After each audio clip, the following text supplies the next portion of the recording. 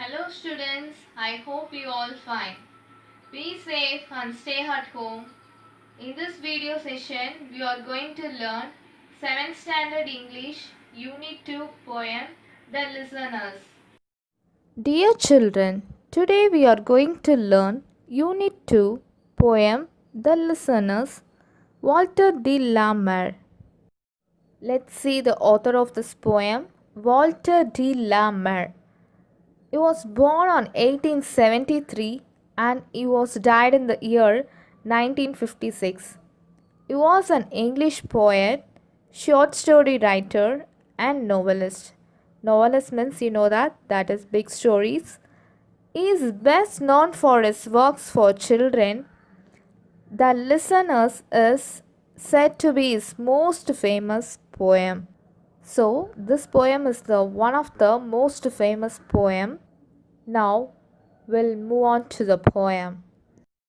Before going into the poem, let's imagine you're walking into a grove at Dwalnan. You feel that somebody is following you. When you're looking behind, nobody is there. How would you feel? What would you do? Dear children, with this imagination, we will enter into this poem. Let's read the poem line by line. Is there anybody there? Said the traveler, knocking on the moonlight door. And his eyes in the silence chapped the grasses of the forest ferny floor, and a bird flew up out of the turret above the traveller's head, and he smote upon the door again a second time. Is there anybody there? He said, but no one descended to the traveller. No head from the leaf-fringed sill leaned over and looked into his grey eyes, where he stood perplexed and still, but only a host of phantom listeners that dwell in the lone house then stood listening in the quiet of moonlight to the voice from the word of men, stood thronging the faint moonbeams on the dark stair that goes down to the empty hall, hearkening in an air stirred and shaken by the lonely traveller's call. Let's see the explanation of this poem. Is there anybody there? Said the traveller, knocking on the moonlight door, and his eyes in the silence champed the grasses of the forest ferny floor, and a bird flew up out of the turret and the traveller's head, and he smote upon the door again a second time. Is there anybody there? He said. Here a traveller is going inside the forest. There is a haunted house. The traveller knocks on the door of a forest inside the moonlight and asks if there is anyone inside. The traveller's horse grazes in the quiet forest while the traveller waits for a response. In that time, a bird flies out of a small tower on the house and over the traveller's head. The traveller knocks again, more forcefully, and repeats his question. No one comes down. Let's read the next line. But no one descended to the traveller. No head from the leaf-fringed sill leaned over and looked into his grey eyes, where he stood perplexed and still.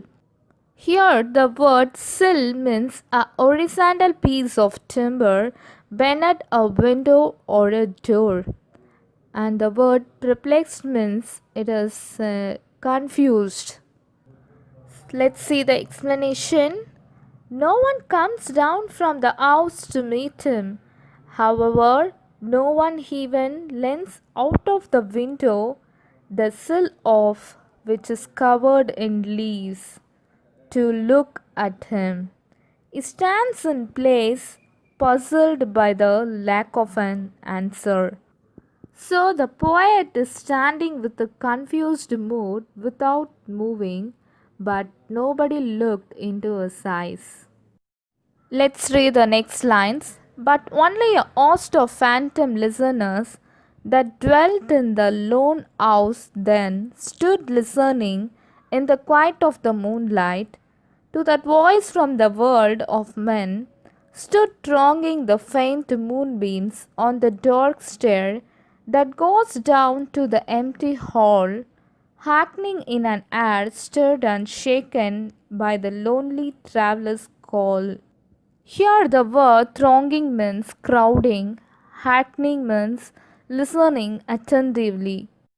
Let's see the explanation.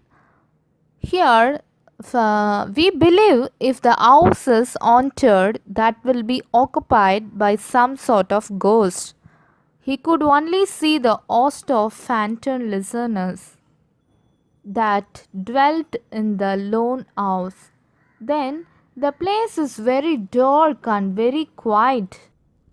The traveler's voice is being echoed because of the silence which remains in the place. Then the travelers keep on calling those people inside the house. But unfortunately, no one is there inside the house. Here, travelers are the people who born in this world, and they are keep traveling from their infants, childhood, adult, and old age. They keep on traveling all these years, and lost they come to the haunted place. That's why they mentioned here Oz. Oz represents the belongings. We all are the travelers. We keep traveling in this world carrying many things, and one day or other we come over to the haunted place filled with host of phantom. We cannot escape from this. And in the next part, the poet says, it's a promise, everyone, to keep up this promise of upcoming back to this haunted house where we meet all the house of phantom. So it's a some sort of a philosophical poem. So we are all travelers in this world. Now let's see the rhyming words of this poem. You already know that rhyming words are two or more words that have the same or similar ending sound. Let's see the first stanza. Is there anybody there? Said the traveller, knocking on the moonlight door, and his eyes in the silence charmed the grasses of the forest ferny floor. Here the first line lost word traveller and the fourth line lost word floor having the same sound. So these two words are the rhyming words of the stanza 1. Let's see the second stanza. And a bird flew up out of the turret and the traveller's head, and he smote upon the door again a second time. Is there anybody there? He said.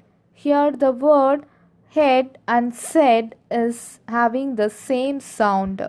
So here head and said is the rhyming word. Now we'll see the stanza 3.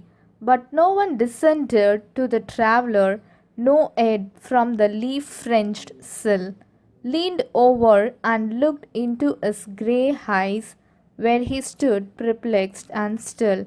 Here the second line, lost word sill, and fourth line, lost word still, having the same sound. So sill, still are the rhyming words in the stanza 3. Now stanza 4. But only a host of phantom listeners that dwelt in the lone house then stood listening in the quiet of the moonlight to that voice from the world of men.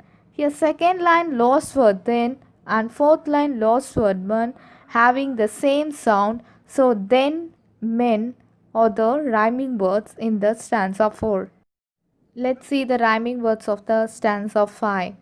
Stood throning the faint moonbeams on the dark stair that goes down to the empty hall, happening in and has stirred and shaken by the lonely traveller's call. Here the second line lost word hall and fourth line lost word call having the same sound. So hall and call are the rhyming words in the stanza 5. Let's see the glossary of this poem. Champed. It's a bed or chafed upon noisily. Ferny, consisting of flowerless plants. Ferns. Turret, a small tower that projects from the wall of a building. Smote, knocked loudly. Sill, a horizontal piece of timber beneath a window or a door. Perplexed, confused. Thronging, crowding. Hackneying, listening attentively. Let's see the alliteration. Dear children, what is alliteration? Repetition of consonant sounds at the start of words. Example, forest, ferny, floor.